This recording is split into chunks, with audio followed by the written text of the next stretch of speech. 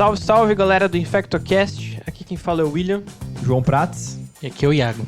Estamos aqui para a parte 2 do nosso podcast sobre candidemia e agora a gente vai falar sobre uma cândida muito especial, a Candida auris. Candida auris, para quem não sabe, é uma espécie nova que surgiu no cenário mundial recentemente, que a gente vai falar dela porque ela tem uma particularidade muito grande. Ela é um bicho muito mal, igual o fungo do The Last of Us.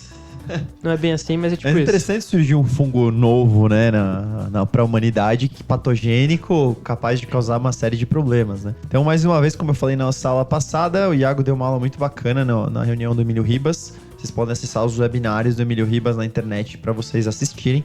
Assistam a aula dele, vai ser uma versão super, super completa do que nós vamos falar aqui hoje. E aí, Iago, muito bom ter você aqui, sua aula é muito bacana. Então, vamos do começo.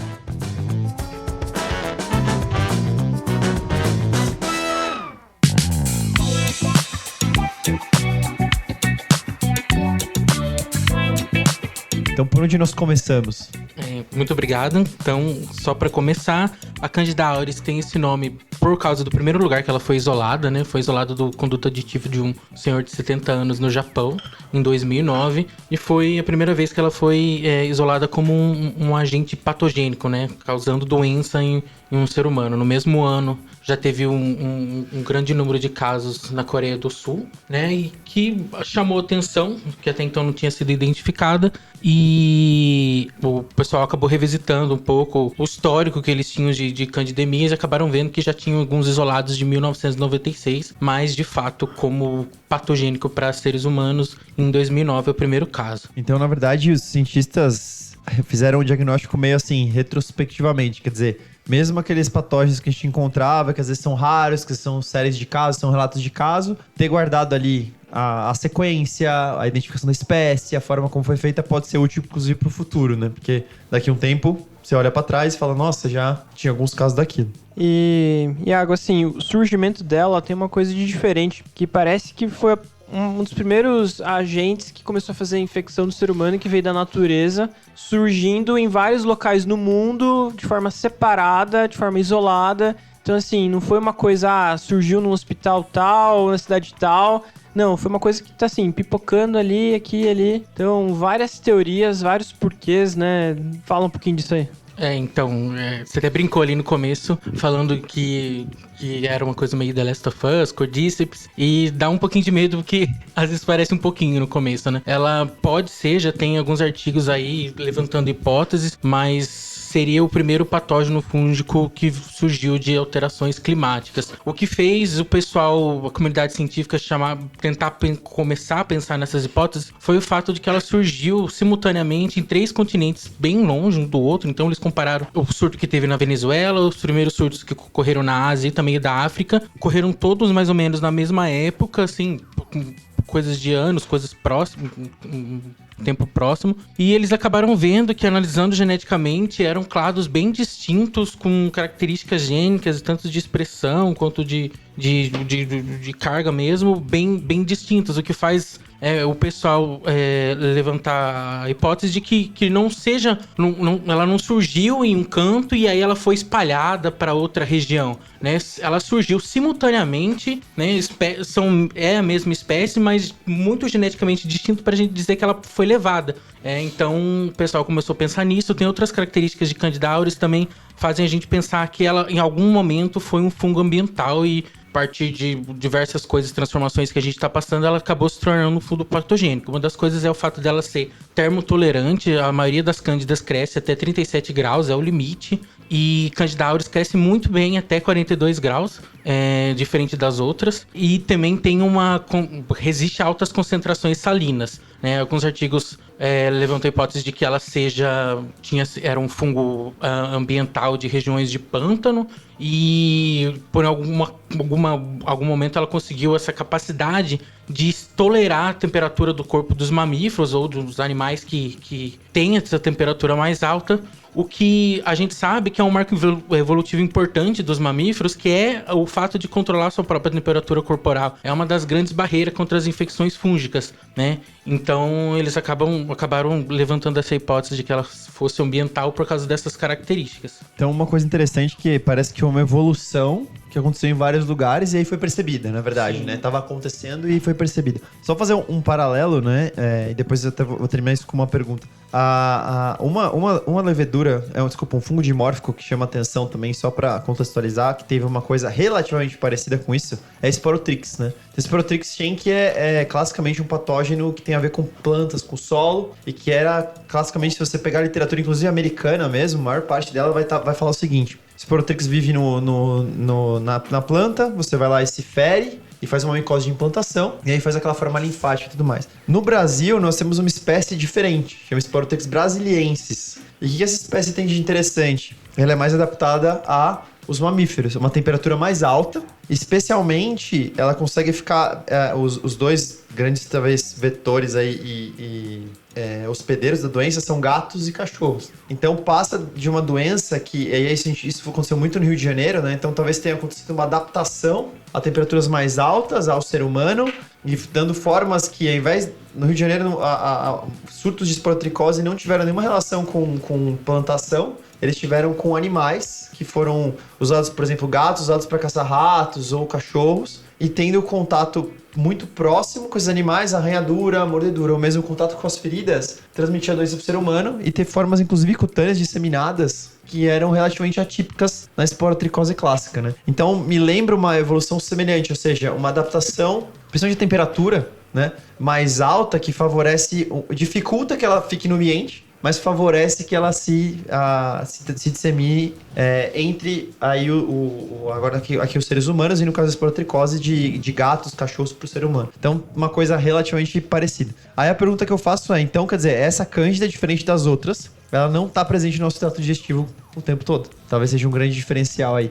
Sim, é uma coisa bastante importante. Geralmente ela é recuperada naqueles grandes surtos, inclusive aqui no Brasil. Os grandes surtos de colonização de cândida, geralmente ela é recuperada em suaves axilares e inguinais. As maiores taxas de isolamento são nesse tipo. Praticamente não se tem isolamento no suave anal, por exemplo. Não é o habitat, mas vamos dizer assim que ela é mais adaptada. Então, uma cândida, mas que ela não é classicamente do trato digestivo. Então, aquele papo que a gente fala de candidemia tem um pouco a ver, mas não tem tanto a ver, é diferente, né?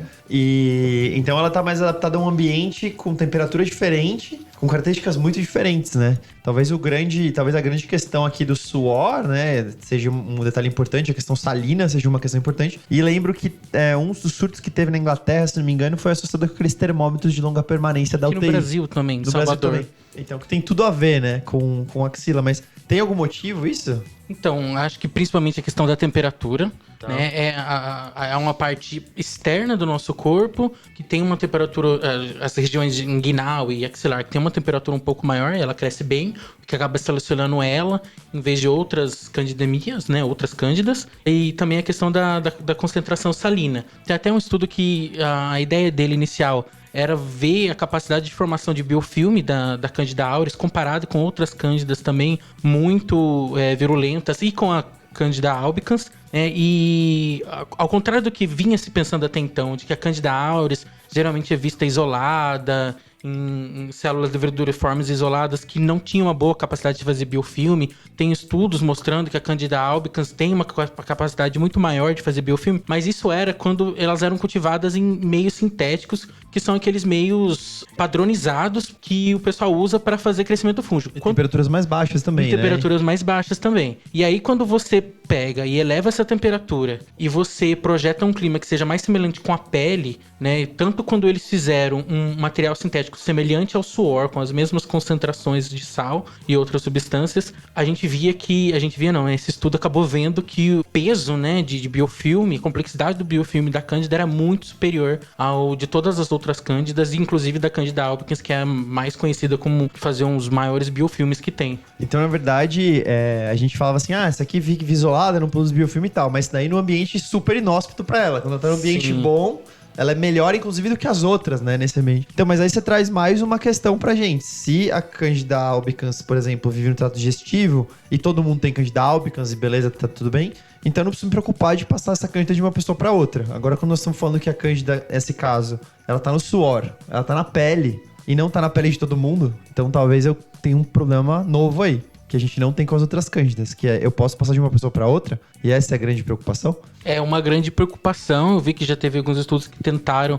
ver essa possibilidade de transmissão interpessoal, mas acabou não sendo provada, mas era uma das hipóteses levantadas. O que tem é que, além da capacidade de colonizar as superfícies corpóreas, Candida auris também tem uma grande capacidade de colonizar superfícies amorfas, né? Aqui no surto que teve no Brasil, um dos primeiros surtos, em todos os pacientes em que foi isolado em alguma amostra, né, desses pacientes, ela foi encontrada na cabeceira da cama, como das amostras ambientais de todos esses pacientes. Então, a correlação era de 100%, né? E na maioria deles também relacionados aos termômetros e dispositivos assim que entram em contato nesses lugares que ela mais coloniza. Então eu posso ter a chance de transmitir essa cândida de uma pessoa para outra através do ambiente. Através do ambiente, pessoal.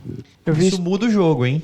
Então a gente tá falando em resumo, de uma cândida nova, que a princípio surgiu no ambiente e pode ser a primeira que surgiu pelas novas modificações do clima. Então a gente tá falando de talvez o primeiro germe que tá evoluindo, né, digamos assim, por causa do aquecimento global, que tem uma capacidade de fazer um bom biofilme e conseguir ficar nas superfícies, principalmente de, inclusive, amorfas, né? Não só de colonizar o ser humano e de ficar muito tempo nelas e ter esse potencial de causar surtos para essa forma de transmissão. E não só aquecimento global, às vezes um montão de outras coisas, né? Existe até, acho que o Iago acho que até poderia falar um pouquinho disso depois, assim, né? Algumas teorias que talvez seja por causa de agrotóxico, poluição, que também poderiam estar influenciando para o surgimento da cândida. Novos ambientes, né? Enfim, troca de... A gente usa cada vez mais antifúngicos, né, na agropecuária, a gente usa cada vez mais antifúngicos na nossa prática médica, então isso também pode ser reflexo de tudo isso como um conjunto. Isso é uma das hipóteses levantadas também, de por que essas altas taxas de resistência entre Candida auris, como existe a possibilidade dela ser um fungo ambiental, né, e uma das grandes formas de disseminação seriam a produção agrícola, a própria forma como os produtos agrícolas são armazenados, naqueles grandes celeiros, que são ambientes muito propícios para fungos, e a gente tem como um dos principais substâncias que são utilizadas para prevenir as infecções fúngicas das plantas, que é um grande problema nas lavouras, são os azólicos. A maioria são derivados azólicos desses substâncias que o pessoal usa. E aí acaba que a taxa de resistência não só para cândida, mas para outros fungos emergentes, também é maior por causa desse motivo. Outra coisa que foi vista também, que justifica um pouco essa parte da Candida auris ser tão resistente, é que em todos os clados, apesar das diferenças genéticas, existe um loss gênico, emital, alguma coisa nesse tipo, não vou lembrar certinho a sigla, mas que é bastante relacionada com troca plasmidial de genes de resistência. Então, ela tem uma capacidade também de trocar com outras cândidas genes de resistência. Essa cândida tá parecendo uma bactéria gram-negativa multiresistente, né? Que engraçado. Coloniza o ambiente, transmite entre as pessoas pelo ambiente. Um fungo que se comporta como bactéria, né? Muito então, e a gente isso. tem que se preocupar com o isolamento, a gente tem que se preocupar com medidas de controle ambiental. Tá lembrando meio um patógeno MR aí, preocupante, né? Mas agora, falando assim, por que a Candida auris é uma preocupação? Principalmente por causa do perfil de resistência. Como é que é esse perfil? Fala lá pra gente, Iago. Esse perfil é bem variado de acordo com os clados genéticos que a gente tem. Atualmente são 5. O último foi bem recente. Eu tenho um único representante do clado 5 no Irã. Mas aqui no Brasil a gente tem representante do clado 1, que foi o primeiro surto em Salvador. E o clado 4, que é o da Venezuela, que foi o terceiro e maior surto, que foi no Recife. E as taxas de resistência são bem variáveis, para falar a verdade. De uma forma geral, na maioria das casuísticas, a resistência é bem ampla aos azólicos, né? O pessoal ainda não tem pontos de corte suficiente para definir resistência, mas fluconazol... Ou seja, o nosso fluconazol que a gente usa de primeira linha para quase tudo não dá. Não dá. De uma forma geral, não. Extrapola para os outros azólicos também. E anfotericina bem variável. Mas uma notícia boa é que, de uma forma geral, na grandíssima maioria dos casos, as equinocandinas estão livres. Ufa! Ainda bem, né, que a gente tem uma boa opção de tratamento. Então, bom, uma cândida diferente, com uma característica ambiental de controle de infecção diferente. E aí, talvez essa próxima pergunta seja assim. Então, esse cara, diferente de antigamente, eu tenho que preocupar com isolamento, com controle ambiental, né? e eu tenho que preocupar em termos de tratamento, que eu tenho que tratar sempre com equinocandina. Acho que essa é uma outra preocupação como a primeira linha. E por vezes eu vou ter problemas, talvez eu tenha até outras mecanismos de resistência aí. Ainda mais que ela transmite de uma para outra. Você imagina lugares com muita Candida auris, não duvido que a gente comece a ver, inclusive resistente equinocandina, que talvez, dependendo do gene, será que pode ser transmitido? Isso é uma outra preocupação pro futuro. Aí, ó, o Last of Us. Vixe. E a outra coisa, e a questão maior, o que muda pra mim no diagnóstico, no dia a dia? Então eu tenho um paciente, como é que eu vou saber? Porque uma grande questão é a gente vai ter que começar a ter casos pra gente se preocupar com ela. Então a gente tá em algumas regiões do Brasil, nunca viu um caso, nós estamos tão preocupados, a gente não tá rastreando, a gente tá procurando ativamente. Mas uma das questões é esse diagnóstico. Você falou pra mim que ela cresce melhor numa temperatura diferente, ela produz algumas coisas diferentes, o meio talvez não seja o mesmo, já foi descoberto algumas coisas em questão de estudo. Tá me parecendo que não vai ser muito fácil diagnosticar esse negócio. Realmente não é, principalmente porque, primeiro, pra gente diagnosticar, a gente precisa suspeitar, né? Os fatores de risco, a gente comentou bastante na aula de candidemias, quais são bem descritos, né, para cândidas em geral. Parece que para Candida auris os fatores se repetem, não tem grandes estudos que conseguem delimitar fatores de risco específicos para Candida auris. O que de uma forma geral parece ser específico para Candida auris é o uso prévio de antifúngicos, então ela entra naquela categoria de infecções que escapam das profilaxias. A outra questão também que é bem difícil da gente diagnosticar Cândida é que na maioria dos lugares, né, fora dos grandes centros principalmente, e até mesmo nos grandes centros, a gente carece de métodos diagnósticos específicos. Morfologicamente não tem como a gente diferenciar de outras cândidas, ela pode ser muito semelhante a outras. E os métodos, se eles não tiverem atualizados, automatizados principalmente, pode levar a confusão com outras espécies que são filogeneticamente semelhantes. E aí uma coisa que pode levar a gente a suspeitar, né, e principalmente a partir de agora, que a gente já tem identificação aqui no Brasil, é quando a gente tem identificação de alguma dessas espécies que são semelhantes. As principais que a gente tem é a Candida emulone, filogeneticamente a mais próxima. Candida lusitani também pode estar bastante relacionado com confusões, principalmente quando o pessoal usa o Vitek mais desatualizado. Mas assim, é bem variável a lista. No novo boletim da Anvisa, ele coloca quais os tipos de sistema que a gente usa automatizado e quais as cândidas que podem ter confusão. Tem sistema que pode confundir até com parapsilose. Acaba sendo um problema. Ou seja, pode ser que eu tô com uma cândida resistente, que é uma cândida lusitani, que no meu método automatizado, porque não tá atualizado, na verdade, é uma Candida auris, eu não tô vendo. Isso. O velho que os olhos não veem, o coração não sente. Você tá pondo mais um Last of Us aí. Então, se eu tô num lugar que só tem saburô e anfotericina, eu tô ferrado, né? Pra começo de conversa, como muitos lugares do Brasil. Então eu vou ver ali uma cândida que vai levar um tempão pra ser identificada e tudo mais. Isso vai pra um laboratório central de referência pra ser identificada. Aí se eu tô um passo melhor, então eu tenho o meu saburosinho, mas eu também tenho um método automatizado, um desses métodos, enfim, Vitek ou algum dos outros. Faz análise e ele solta pra mim potencialmente uma espécie, uma cândida não muito comum. Eu vou olhar e falo assim, nossa, uma lusitani, uma emulone do buchomeliano, eu não vejo muito isso, né?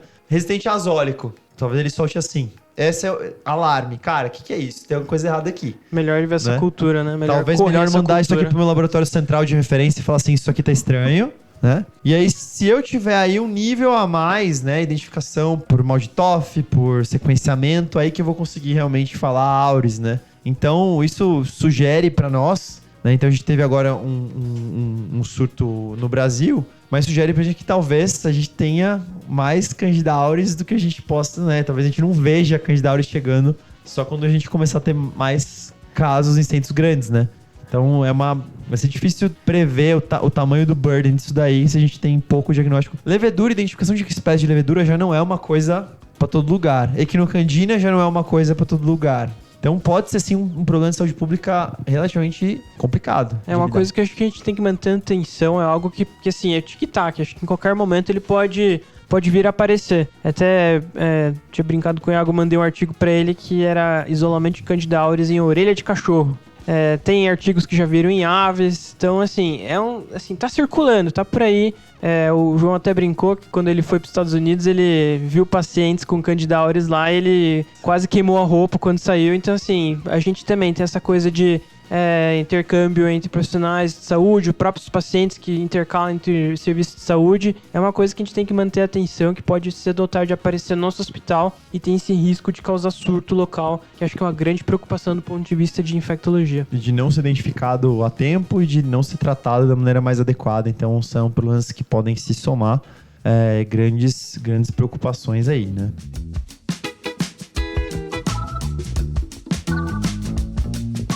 Mas beleza, a gente já sabe quando tem que desconfiar, já sabe que tem algumas bactérias que podem enganar a gente. A gente sabe que para fluconazol nem adianta querer tentar, porque a grande imensa maioria vai ser resistente. As equinocandinas ainda dá, mas vamos supor, eu fiz uma cultura num paciente, cultura de axila, e apareceu uma Candida auris. O cara tá bem, tá tranquilo, preciso tratar?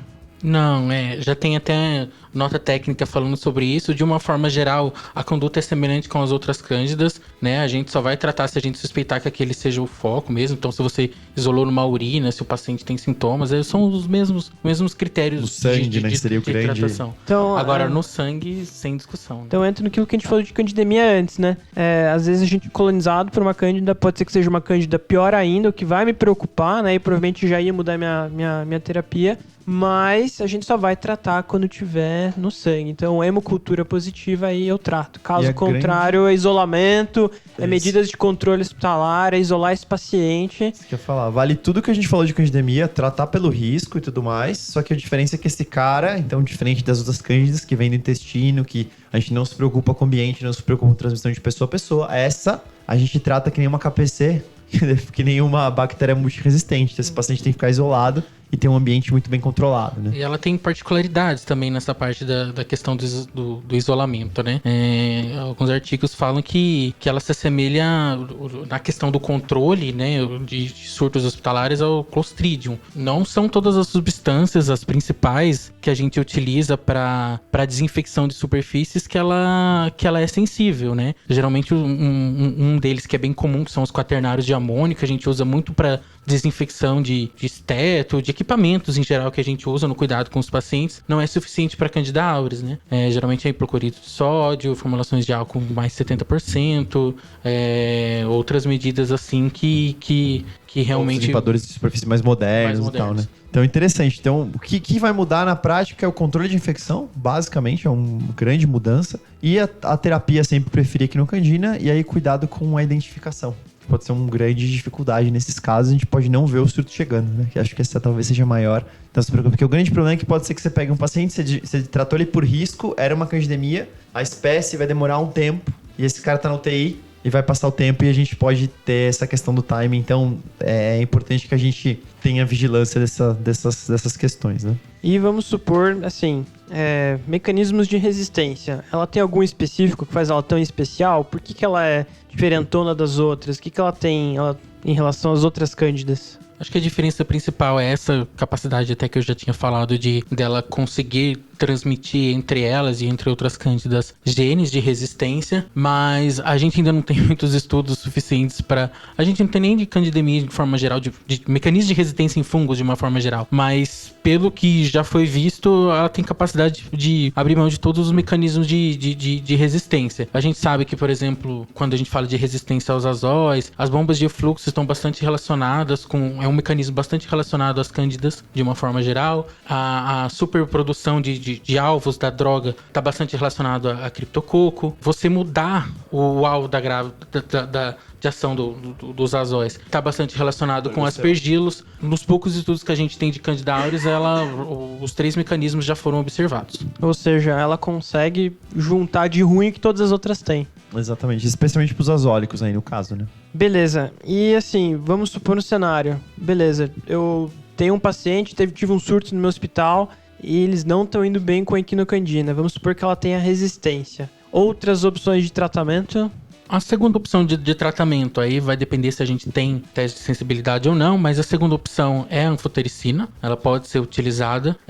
Alguns lugares já viram associações, tem uma experiência do pessoal num surto de uma UTI neonatal que foi utilizado uma equinocandina com isavuconazol, né? E o pessoal teve uma boa taxa de resposta, mas são pequenos N's, muito pouca experiência em segundas opções. Você pode partir para associação ou para anfotericina se ela ainda não foi usada. Interessante e complexo, né?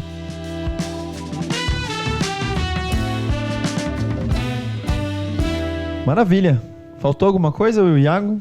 Acho que talvez comentar que existem drogas novas, né, antifúngicos novos, que talvez para o futuro seja a nossa saída. A gente tem a rezafungina, que é um antifúngico que está em desenvolvimento, né? Um antifúngico promissor, né? Que tá quase... Na verdade, já até tem alguns lugares já que tem alguns lugares que já tem. É que no Candina, até no Sanford já tem. Ele já é aprovado pelo FDA. É quino de meia-vida longa, né? Semanal, Isso, né? é muito que é o bom, diferencial. É, segunda geração, né?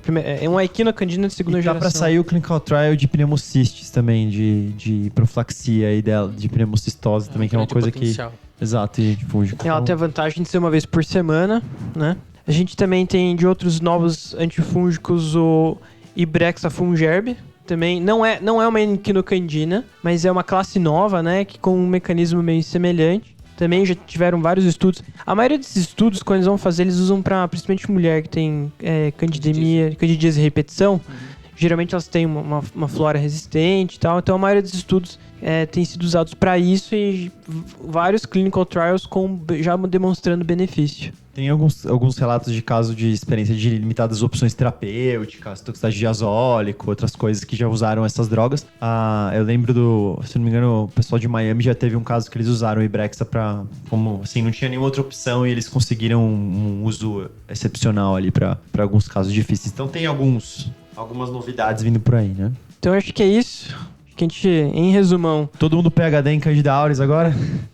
Acho que em resumo vale aqui a vigilância, né? É uma cândida com potencial de resistência maior que as outras de uma forma geral, potencial de causar surtos. Se a gente não conhecer, a gente não vai desconfiar. Se a gente não desconfiar, a gente não vai fazer o diagnóstico. Se a gente não for fazer o diagnóstico, pode ser que em algum momento algum paciente tenha e a gente deixe escapar, né? Então, manter essa vigilância, manter ela em mente, porque eu acho que, assim, é uma questão de tempo, né? O tic-tac que vai aí e fica aí. Mas acho que é isso.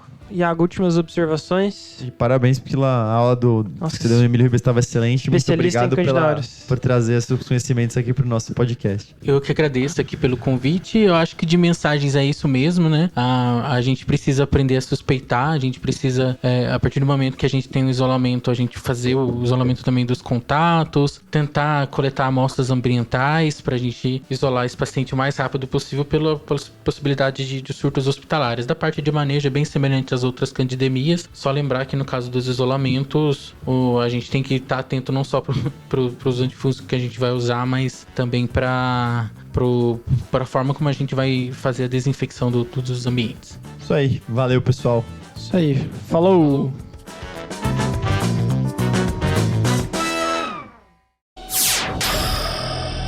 Semibreves, edição de podcast.